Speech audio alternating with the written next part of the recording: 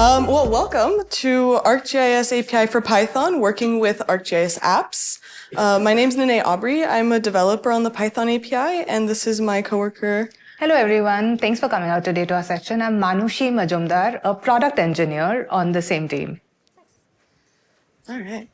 So before we get started, we'll remind you again at the end, but your feedback is very, very valuable for us. It helps us kind of take into account what to put into these sessions every year. So just leave your feedback in the app. Yep, that's it. Cool. So the agenda for today, we're going to go through the apps module and how it shows up in the Python API. We're then going to do a couple demos of like the different apps that we have in the Python API. We'll talk about some resources if you want to learn more or if you need to see maybe some more examples or functionality, and then we'll take questions. So the goal of the session, we are going to give you an overview of all the available apps because we want to give you the knowledge to take this further into your work and apply this understanding to your workflows. We can't do a deep dive given the time that we have into each of the apps, so we really want to help you see what's possible. And then if you guys have specific use cases or anything like that, we're really happy to discuss them with you afterwards. So we'll start by talking about the apps module. The ArcGIS API for Python is composed of many different modules. We cover a lot of the WebGIS and its capabilities. So for the focus of this session, we will be right there in the apps module. This is how you're going to interact with the different apps in the Python API. Cool. So what does that mean, module? It means that you are going to import everything from ArcGIS.apps. As you see in the screenshot, we have the list of all the apps that are available from this endpoint. So you import this into your scripts, notebooks, wherever it's needed. We have quite a few supported apps. This is the list of apps that we support. So StoryMaps and the various StoryMap classes that they have the Survey123. We have new support for Dashboards, Experience Builder, Hub. We have Item Graph, which is working with your dependencies, and also Workforce.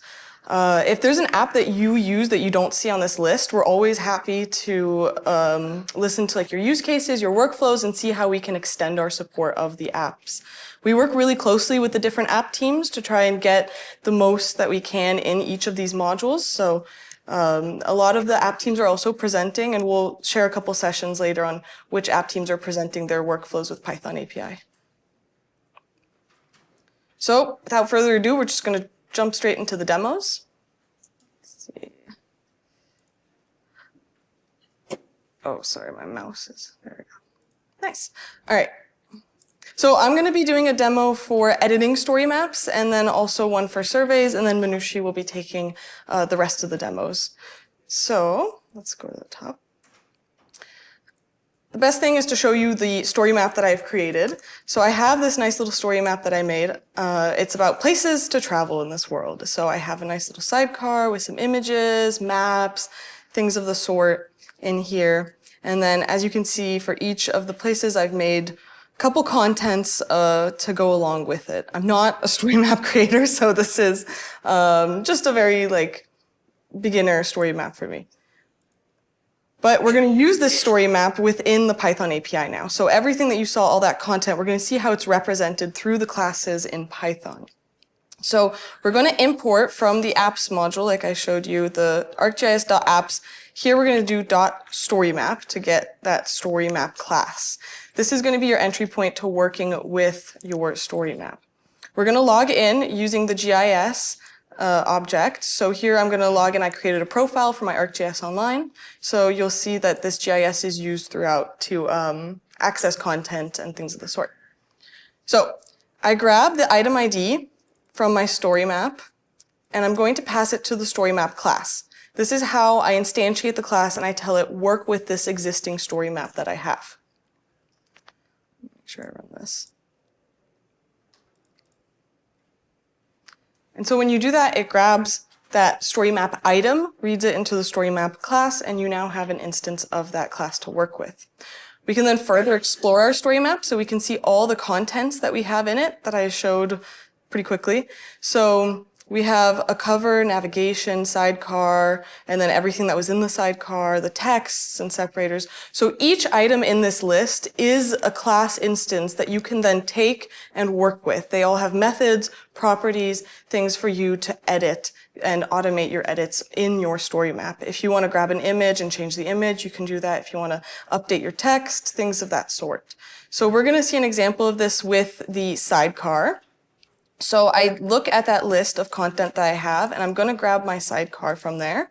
The sidecar was that list, was that kind of slideshow that I had. And so I see that I had 5 slides in my sidecar. And because this is a class, I can then further explore that class. So I take the sidecar class, and I want to see all the slides that I have. And once again, it's a list of classes. So as you see, there's a trend. We're going to have one managing class for your item, and then you can explore all the content through different classes to work with and to further edit. So we can review the slides. I'm just going to print them out a little bit nicely, like the contents that I have in each slide. I also want to see that media, whether it's a map or an image, like what did I put in there, so we can list it out and see that each slide contains a text, an image, and a map. So I have this with all my slides. It's a pretty consistent layout that I chose for each of them. And now I want to add a new slide.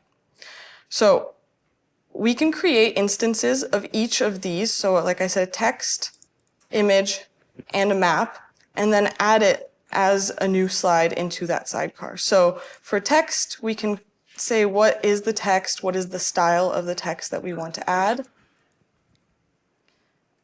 I can then also do an image. So here I'm just pointing to a local image in my computer. And I want to grab a map. So once again, I found an ID for a web map item that I want to include inside of my sidecar. And you can just grab it through your GIS, assign it to the StoryMap map class, and I've created a map content. So all of these contents are classes that are living individually. They haven't been added to my sidecar yet. So to do that, we can create a new slide, and we can specify the content and the media that we want in that slide. This is taking a little bit, but we'll just let it run and then we'll see it. Nice. And then finally, all I do is I can append that. Okay. There we go. Just bounce around. Okay, so I can append that to the slides of my sidecar. And there we go. So now we see that we have 6 slides instead of our 5. I can assign that to the slides, and when we save the story,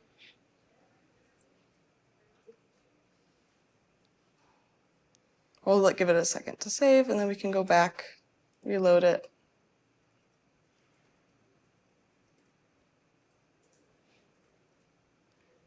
And through Python code, I added that 6th slide, which we see here. Machu Picchu, image, and then the map. I can set the visibility to be a bit better. So those are all things that I can do when I want to update through Python. So yeah, nice. At the bottom of my story, I also had quite a bit of content for each of the places that I thought were great places to travel to. So we can go ahead and create new content. This is just to show you that you have the ability through Python code to create anything that you want to insert into your story map. So I'm going to define a list of new content. For now, it's empty. And then I'm going to create different content and add it into that list. And then we'll add it to the story map in the end. So here I'm going to create a little separator. I'm going to create a heading that I want for that section. Once again, add an image. So we can do that very quick. I then want to create a table in my story, as we saw before here.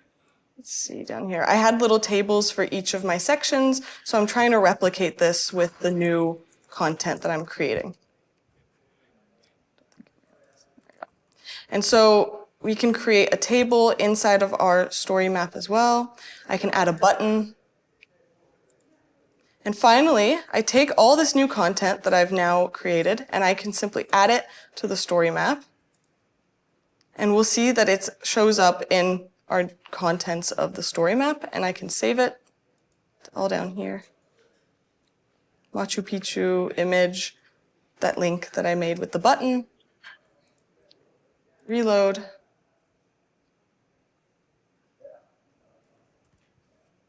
And we'll scroll all the way down and see Machu Picchu, that little table I made, and a nice little button to get more information. So this was maybe like a little bit of a basic run through, but the idea was to show the classes that we have that are available, how you can really extract the content of your story map, work with it, create new content, and update. If you saw adding all that, if I had gone through and had to click to add and find an image, get the image, create the image, put it in here, it's quite a few clicks and everything. And if you're adding one image, that's fine. But if you need to add the same image to like 10 of your story maps, creating that through the image class and adding it was pretty much instantaneous. And then just have to save it so that it's in there. Yeah, so that's a little bit of an introduction of like the StoryMap class. Manushi's going to show you briefing and collections after, but the contents that we have for the story maps, so the map, image, all that stuff, it translates over to the briefings and collections as well. So once you learn how to work with the content classes once, you can apply it to any of the StoryMap products that are available. My second demo will be just, again, an overview of surveys and how you can access the survey classes and work with them further. So we're once again logging into our GIS online. This time through the ArcGIS.apps, I'm going to be accessing the Survey123 module. In here, we have a survey manager. And the survey manager allows you to access all of the surveys that you have, that you own. So I'm going to instantiate the survey manager, and then using that survey manager, I can call the .surveys property, or the property by doing .surveys, and we can list out the surveys that I own. We're just going to give it a little second to run.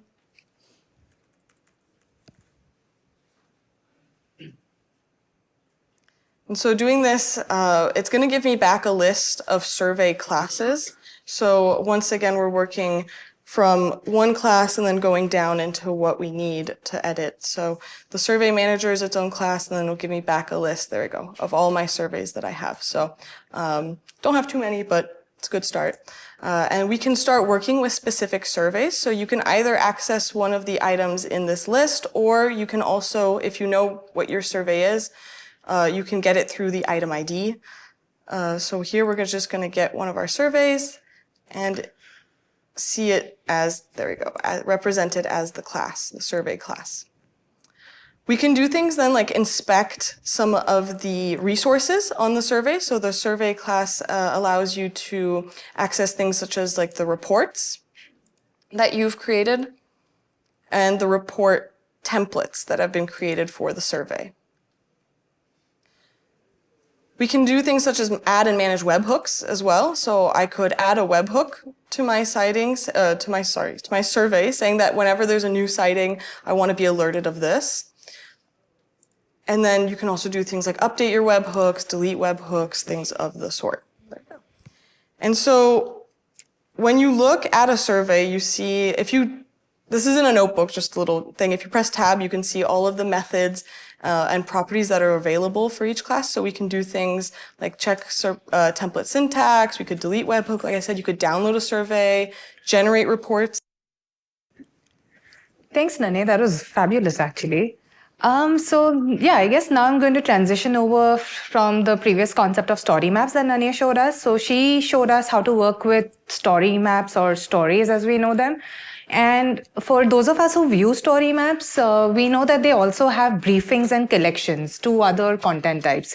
So think of briefings as a presentation slideshow. So the way a presentation has slides, and that combination of slides put together a presentation. Similarly for briefings, a combination of briefing slides put together a briefing.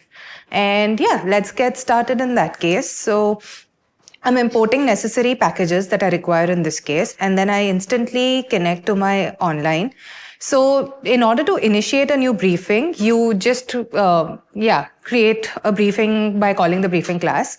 And I'd like to add a particular image to my briefing. So I'm defining that since I've already imported the image class up here.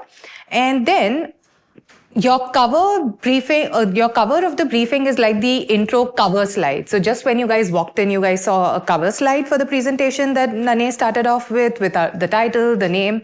So similarly, the cover of a briefing could have whatever you think is relevant to add. So we're first initiating the cover and then adding a title to it, a summary for what it entails, and then let's go ahead and also add that image that we previously created up there. We are also adding a theme. So a bunch of themes are available and they're all available through the enumeration. So just by reviewing all of these values, you'll know which theme you can probably use relevant to your particular story and its goals. And then I also go ahead and set a logo for it. We're doing all of this, and then we'll see how it looks in the UI. But the idea at this point is we've created a cover, an intro slide, we've added an image, some text, we've added a logo. And then the way a regular presentation has slides, briefings also have briefing slide, as you see right here. So by using the briefing slide, you can create new slides and keep adding them to your briefing. And slides have blocks. So think of blocks as separate sections. So there's a section to add a heading, there's a section to add text, there's a section to add images, what have you.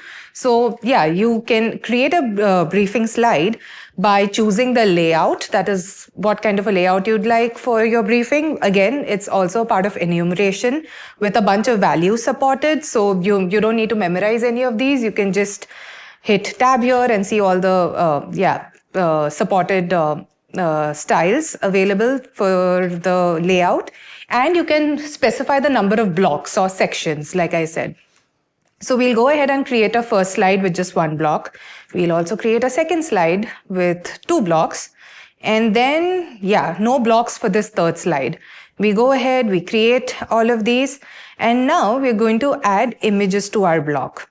So let's go ahead and add a couple of images right here. So go ahead and then add content. So when you do a block.add content, that's how the images that we defined up here through the URL can be added to the particular sections of the slides. And then you can go ahead and even duplicate this briefing. And this way, I've gone ahead and duplicated it in my organization, and we can also visually verify it to see if it's based on the parameters we set previously and it matches the design. So this is the way you can basically create a briefing and duplicate it all within your organization. I'd also like to make a note here that duplicate is going to create a copy within your organization, whereas if you'd like to clone this to a whole other organization, you want to use clone items. So the content.clone items method is going to help you clone it to a whole other organization. Similar to how you work with presentation slides, you can also reorganize and reposition the slides. So you can move the position of any slide as you wish. So right here, I'm going to move so another thing I'd like to make a note of here is your cover slide will always be at position 0. So index 0, and that cannot be moved. So you always want your introduction slide to be the introduction. So that cannot be moved, but every other slide based on the index of the slide can be moved. So in this case, we moved one slide, and then you can also move a slide to any position of choice by using the position parameter here. So in this case, I'm saying move the second slide to position 1. That also was successful. And all of these changes that we are making, in order to actually have them saved, you want to then use a mybriefing.save method. So let's go ahead and do a mybriefing.save. What this does then is it's going to save this briefing and it's going to publish all of these changes online. So once these have been saved, all you then need to do is go verify if everything looks good. It's recommended you first publish it using the UI. So we've yet not published it using the Python APIs just to verify that it matches the specifications that we set. So initially, we created a cover slide with all of this text, the caption. We added an image to it that we fetched. All of this is rendering as expected. We added one slide with nothing on it, but we added images to a second slide, 2 images. So all of the changes that we programmatically added, now that we see are rendering here, we can then go ahead and hit publish. So that way you know that programmatically all the changes that you've made have rendered as desired, and then you can publish. So this is Briefings, similar concept and similar design to use it as we saw for StoryMaps, but the only difference is this is for presentation slide style content. Let's in that case look at a couple of other apps as well. So we'll take a look at Hub sites. So for Hub, they have sites available in ArcGIS Online and Enterprise. So we'll be looking at sites in both flavors, but specifically we'll start with ArcGIS Online. So you connect to your organization and you fetch a site based on its item ID by using the hub.sites.get. So you can do a content.get as well with item ID, but the only disadvantage there is you cannot leverage the hub functionality. So whenever you want to fetch any hub item type, it's essential that you use it, you fetch it using the sites.get method as we showed right here. So I have this particular site called DevTech Summit 2026. Let's take a look at it. So it's a simple site. It has a heading. It has the categories here to access your data. Based on that, you can plug in applications. So it's a simple site that we have. Now let's work with this site to see how many pages it has by default. So you can do that by calling the pages.search method. And as we see, this current site, since I pre-configured it, has 2 sites attached to it, a Dev Summit page 1 and a page space. So I've got 2 pages that are already connected to it. So Hub pages can be thought of as a simple web page. So since a website has web pages, so does a Hub site have Hub pages. Now, let's see a very powerful use case for automation with Hub sites, that is editing layouts of sites. So you think of it as a particular application where you have similar sites in your organization and all of them have a particular detail and you'd like to change them across multiple sites. You're not really going to manually change like 10 sites, but using this, you can fetch all of your sites and then loop through them and update the layout if you know exactly which element needs to be changed. So we'll just look at one simple example here where this Explore Your Data section, as we verified, has a white background. Let's change that. So the principle remains the same, or the process rather for editing remains the same. This is just one example we're looking at. So you can fetch the layout using the siteObject.layout property. Once I have my layout, I have identified which section needs to be edited. However, you can still print out that section to verify if it is the desired section. And it looks like it is because it has all of these category cards for the data types. So it looks like I am working with the right section. Now, Hub sites, they have a hierarchy of sorts with the layout. So a site has layout, and the layout has sections. Sections have rows and rows have cards. Once we have it documented on our website. We'll show you how to access the documentation. So you can always go back and look at this hierarchy. Once you know how this hierarchy is laid out, it's very easy then to just access it based on list indices. And once you have the required section, row or card, then you just need to edit as simply as we see here. So like I said, what we want to do is update the background color. We verify the current value for it, which is white based on the hex code. Makes sense. Makes sense since it is white. Now we want to update it with a new value. So I'm providing a new value here. Again, as simple as providing a value to a variable. We do that. We verify that the new value has been overwritten. And then I call the update layout method on my site object with the new layout that's updated with whatever new value. It says it's true, so let's go and see if it is true. And let's refresh the site and verify that the background color for that site has changed. And yeah, we have this ugly deep mauve, but one way or another, it did what we intended for it to do. So yeah, it updated it as designed. And the whole point of this, I just showed you with one example for how you can change an element of a site, but you can, like I said, loop through all your sites. Maybe you have a heading that you need to change, or some organization detail has changed. You can go ahead and apply it through all your sites without manually having to introduce, scope of error there. You can also clone a site to the same organization as well as any other organization. So to clone within the same, again, you use the hub.sites .clone method. And here you again pass in the site object that you'd like to clone. So in this case, within my ArcGIS Online organization, my goal is to clone this particular site. And then I'm also calling the pages.search off of the site object to ensure that the 2 pages that we originally had linked to this site right here, they also get cloned. Because if you're cloning any site, you'd also want to ensure that it's cloning everything. Turns out it's taking a moment to clone, but we can also go ahead and, okay. Just give me a quick minute. Yeah, so what we're doing here is we cloned that particular site in my organization. You can also add a title when you're cloning. We did not for the sake of simplicity and in the interest of this demo, but you can specify a title of choice so that you don't have these undesired characters in your title.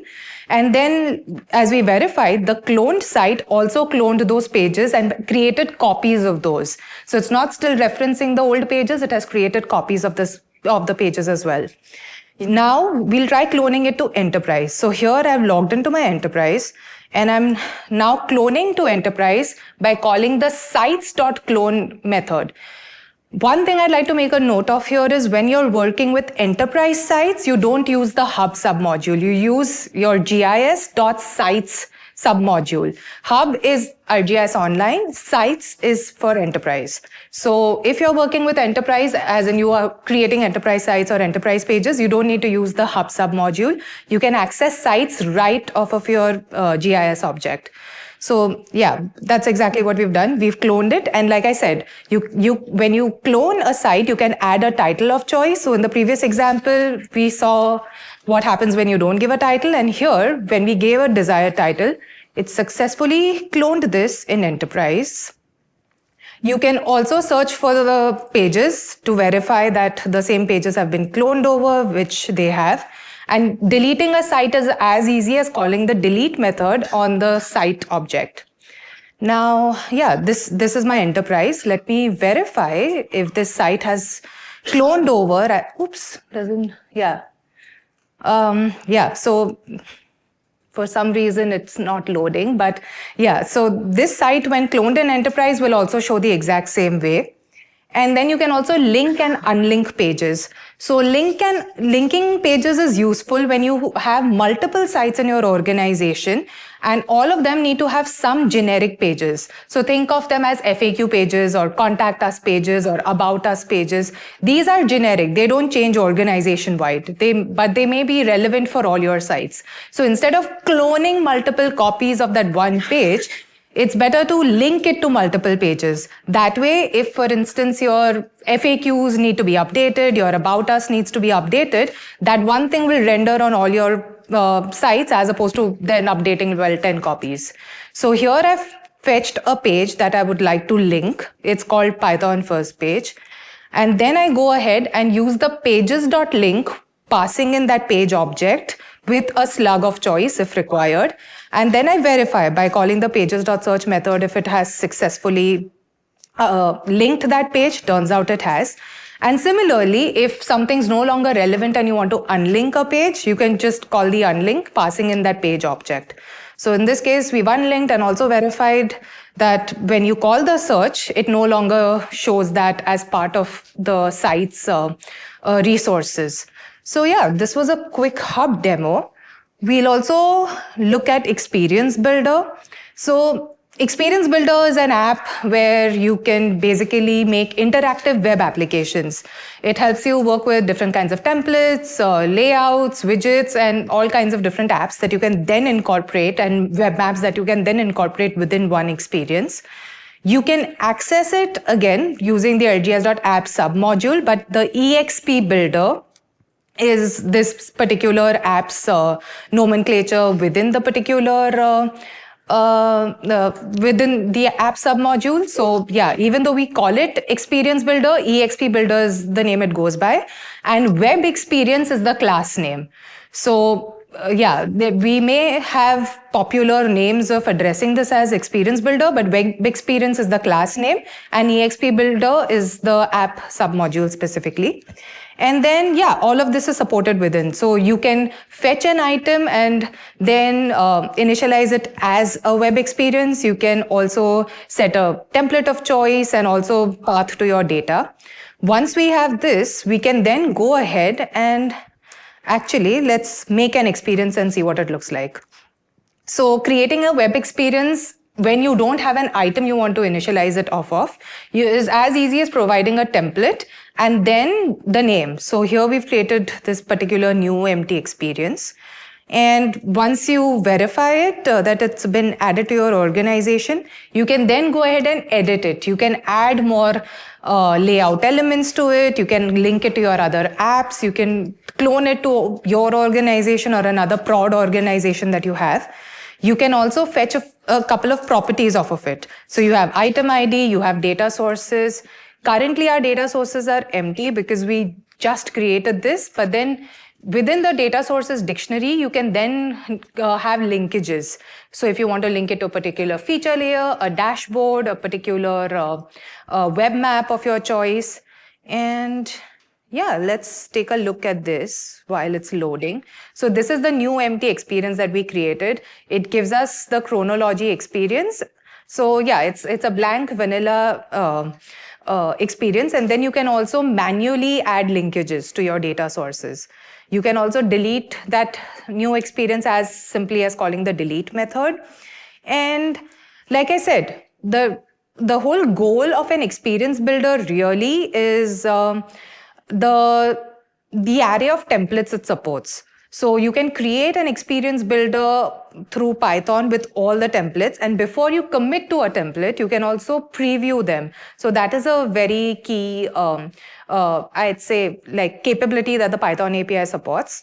You can hit tab and then since it's an enumeration, you have a bunch of values here. You don't need to memorize all of them. And you can choose of this whole list of over 40 template types. So yeah, let's pick one. Let's pick probably one that a bunch of us are familiar with. So we'll pick the particular template style that we'd like to preview. And then by hitting the preview method off of this, it will then create a simple preview of what that template looks like. So then if you think that this works for your data type, for the goals of your Experience Builder app, you can then go ahead and create a brand new experience with that template, as opposed to first create it and then having to update. Once you have your particular template decided, like all apps, you can also do a lot of content migration with an Experience Builder app. So Experience Builder basically supported in two variants. One is the web experience that we just saw. We created a brand new one, verified it got created right here in my ArcGIS Online organization. But there's also a developer edition of it. So that is a desktop capability where on your desktop, you can create a particular experience and then have it published on the web. So we also support working with local experiences. So yeah, we just have a screenshot here for how you do it. Once you have your local experience, you then just download it. And the config JSON within the downloaded package is what you want to work with. So what you do is you add a path to that particular config file. You then create a web experience, but this time you provide a path method. So notice how previously when we looked at the class design, we saw that you could initialize a web experience through an existing item or through a path. So a path is for the developer edition. So you want to provide a path to the config JSON for the downloaded experience on your machine. Once you have that, it knows exactly how to publish it appropriately on the web. So yeah, we go ahead, we provide, right here, we provide the local path for it. And then this time you can verify the data sources. So remember previously when we created that brand new experience, the data sources dictionary was empty up here because it was a brand new experience. We didn't link any data to it. This time, since it has been created locally with data and now been published online, sorry, where did that go? Yeah, sorry. So since we created it and then published it online, it does have valid data and an item ID that then, powers this particular experience. So this is also a key way to verify that all your data has not only been linked successfully, but also shows on the web experience from the local dashboard, the local experience. You can similarly also upload data add more data sources to your web experience, again, using the upload method. You can also we also have an example right here. So you can upload more data to it. You can, again, preview it like we saw previously, just preview a simple web experience. And the way we can preview templates before you commit to creating a new one, you can also preview an existing web experience to make sure it fits your requirements. So this is just a simple web experience with a map over it. But yeah, you can preview it, you can zoom into it, pan it a little, and study it in detail before you decide to edit it. You can also clone your particular experience. So here there's this experience that a teammate of mine has built. I go ahead and view it. So preview is one thing, viewing it is also supported. An existing web experience can also be viewed. Preview is before you edit, or preview helps you look at the edits before you publish. View helps you just look at a ready to use template. And then I can go ahead and clone it using the clone items method. So when I clone it into my own organization, I already have this particular web experience that then I can use and edit as per choice. We'll look at this web experience that I've cloned shortly as to how it then can be consumed in different ways. So we looked at Hub, we looked at web experience. Now I'd like to show you something new that's coming in the next release of the Python API. So the new release of the Python API, which is version 2.4.3, is slated to release in April. And in this particular version, we are now going to introduce dashboards, so support for ArcGIS dashboards. I'd like to make a note here that we only now are supporting the newer versions of dashboards, so not the legacy operations dashboard or the classic dashboard. So you want to ensure you're working with the right version. So if you have old dashboards, you may want to open it in your organization and then save it again so that the internal JSON specs are updated to the newer version. And we are supporting versions 0.27 and above. So if you have dashboards of any versions prior to that, they may not be supported with the new dashboards module. So that's a caveat to keep in mind. So the functionality supported here is cloning, copying dashboards, of course. You can also clone it and retain the layout and update the data sources, and also fine-tuning of updating dependencies. And we'll see shortly how deep you can go with the dependencies. So you can get your dashboard's dependencies using the dashboard manager object and the get dependencies method off of it. Doing that, you get all of your dependencies. And updating dashboard dependencies is extremely powerful with the new submodule that's releasing with the Python API, because you not only get to update the source item ID of, let's say, a web map, a layer, another app, you also get to update internal mappings of that item. So if you have a particular layer, you can then, or a map, for instance, let's assume this is a particular map that you have on your dashboard, you can update it with a brand new item ID. You can also update the source layer to the target layer, as well as field mappings. So yeah, if something is called depth time in an old layer and then a deprecated layer, but is now called departure time in the new authoritative layer, it's easy to even map the field headings. So you can update the item, you can update layer dependencies as well as field mappings. So all of this can be done Pythonically. You don't need to manually go and update your dashboard dependencies using the new dashboards module. You can copy it within the same organization. So like Nane and I showed previously, you can duplicate a story map within your organization. Similarly, you can copy a dashboard within your organization using the copy method of the dashboard manager class. And here I've given it a title, a particular folder. Folder is optional. And item mappings can also be updated. So if you say that, hey, I want to copy this particular dashboard in my organization, but I wanted to hit another web map and not this one, that can also be done by providing brand new item mappings as we saw here. So it will copy it and update it with brand new data both at once in that one method. So as we saw, this is like you can copy it within the same, and you can also upgrade dashboards. So like I say, by calling the upgrade method off of your particular dashboard for using the dashboard manager class of your particular dashboard, you can also upgrade it to the most recent version and then print it to verify. So if you have an old dashboard, let's say a version 0.28 and you want to upgrade it automatically, the internal dependencies, the JSON specs, you can just call the upgrade method for it, and that's going to upgrade the particular dashboard version.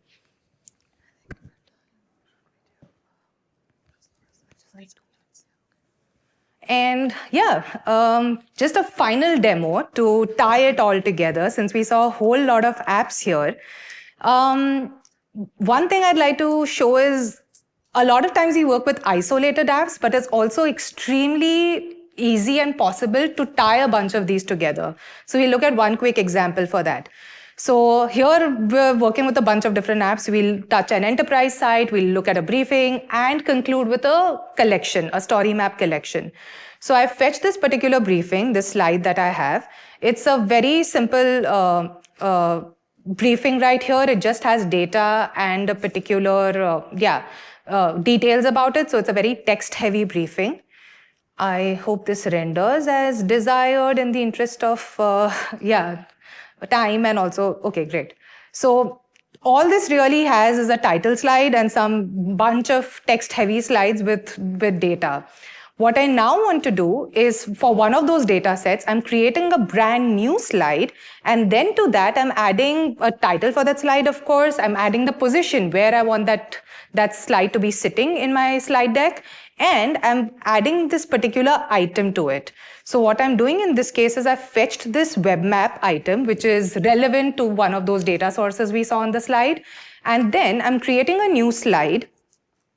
This new slide has one block, and to that one block, I'm now adding this web map. That's all I'm doing. And then using the block.add content, I'm adding it to that one block. I'm adding that web map item to that one block, and then doing a briefing.save. So as we saw previously, when you call the save method, it's going to save your, or rather it's going to update it. So we'll go ahead and we'll see if it has saved this particular briefing with that map. While it loads it, maybe we can take a quick look at enterprise sites. So for enterprise sites, we saw previously how we cloned from online to enterprise, but you can even create a brand new enterprise site calling sites.add.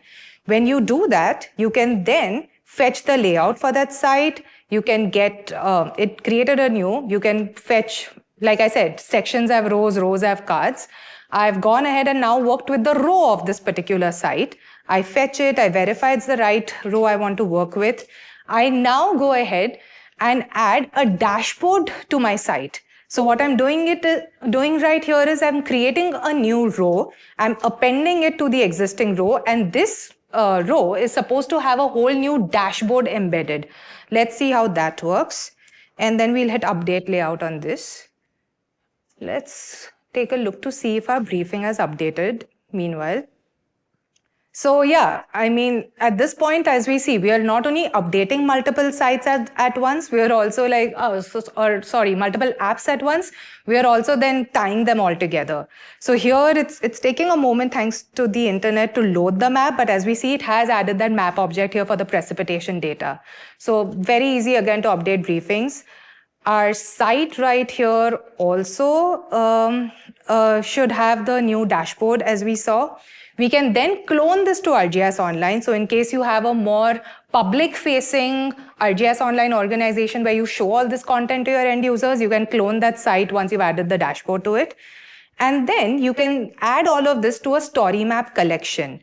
So the idea of StoryMap collection really is all related items including StoryMap items, of course, but all related items can be put together in a collection.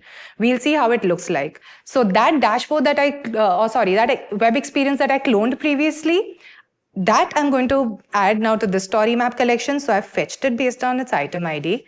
I create a new collection by just calling the collection object right here, and to the collection by calling the collection object .add.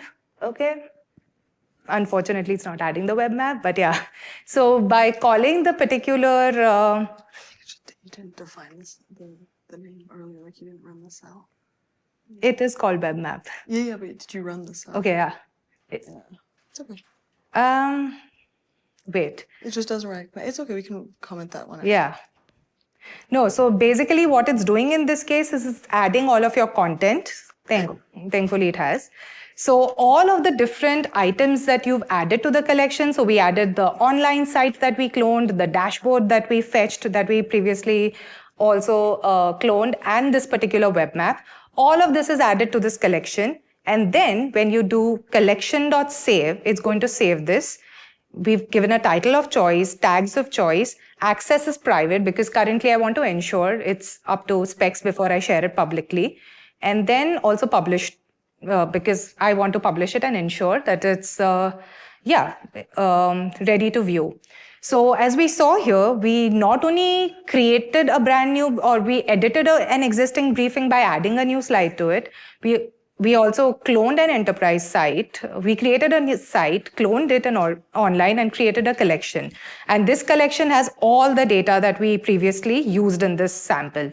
So it has the Experience Builder app, the map, as well as the site that we cloned. So this is just a quick way to ensure that everything can be worked with at the same time. And yeah, just quickly to conclude, I'm sorry. Do you want me to do it? Or? Yeah, maybe. Yeah, so is this still on? Yeah, okay, it's still on. We just wanted to give you guys a couple other sessions that are happening this week still, because we did such like a vast and brief overview of all the apps. Some of the app teams are also working with the Python API quite a bit. So there's a couple sessions we just wanted to call out. One of them is Item Graph. We didn't show this. This is part of the apps module. It's something that the Python API created. It's about how to work with all the dependencies. So we showed, like Manushi showed a lot of story maps, using feature layers, using da-da-da-da. If you want to understand how all those dependencies work together, this is a great session to go to see how to manage your dependencies, especially. It's a demo theater that's happening later today. There's the StoryMaps team is very involved with the Python API, and they have some great demos on how to use Python with StoryMaps a lot more in depth in their sessions. This is also happening later today. And we didn't talk that much about field apps because it's a lot more in the mapping part of the API, but they're also very involved, and they have great sessions on automation with Python and field apps. And also Survey123 is part of this demo. So that's that. In the interest of time, we just want to point out our developer website. This is the documentation. You'll find samples, apps, guides, samples, guides, everything for the apps. Everything also about cloning content. We touched upon that. And there's a lot of guides in there about how to clone complex content such as apps. And if you have any questions after this session and we're no longer at the booth or the week's ended and you're like, oh, I wish I'd asked this, you can talk to us on the our public repository, the Python API. The link is up there. We also have the community that is a great resource to talk to each other and to help each other out and to give each other ideas and work with each other. So please share your feedback. It's really, really valuable. We do take it into account each year. We do look at it, and it helps us create and work to make these sessions better. And so connect with us on socials, and we are ready for questions. Yes? The dependency functionality for dashboards is pretty cool. Is there an equivalent for experiences?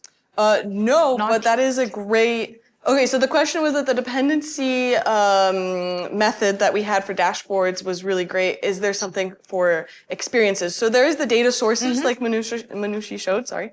However, like Experience Builder, we're looking for a lot of user input as to what functionality to add. So if you want to open like an enhancement on our public repository, that would be a great thing to drive the project. Exactly, just log an issue there. So if it's valuable to you, we'll definitely take a look at it there. Yeah.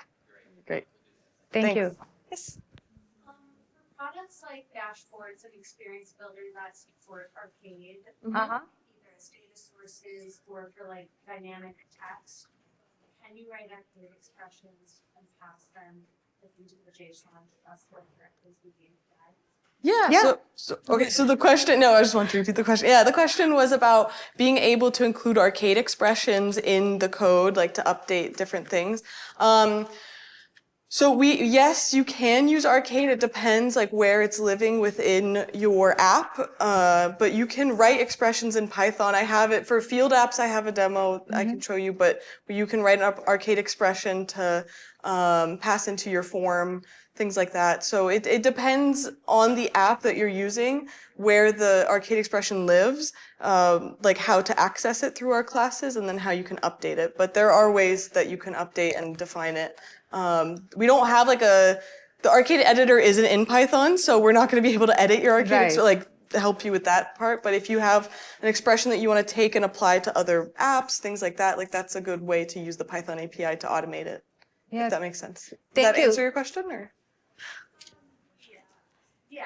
You can talk to us after if you have like a us. specific use case, and we'll help you out with that. So. And I'd also like to add to that the field mappings that I showed for dashboards, where you can map the item, the layer, and the field mapping also lets you map Arcade expressions. So for dashboards, the new version that's about to release, that is possible.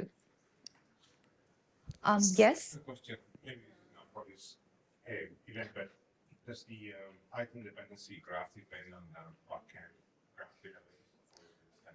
Yeah, so the question was about the item dependency graph and whether it depends on a back-end graph database.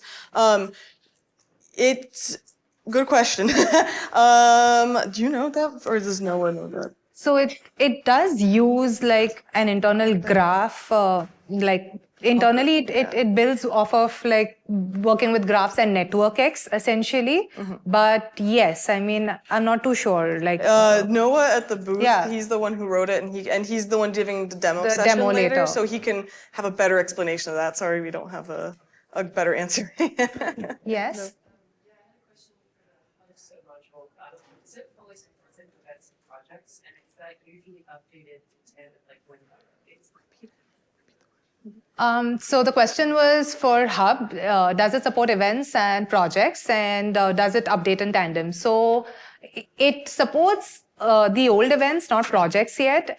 We're working on updating Hub, the Hub submodule. Also, it does not update in real time because they update their product every week, and we have a different release cadence. So yeah.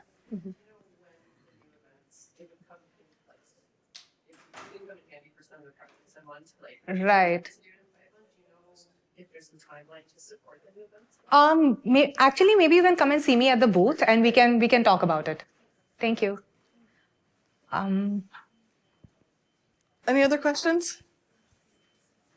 Sweet. All right. Great. Thank you, everybody. Thank you, everyone.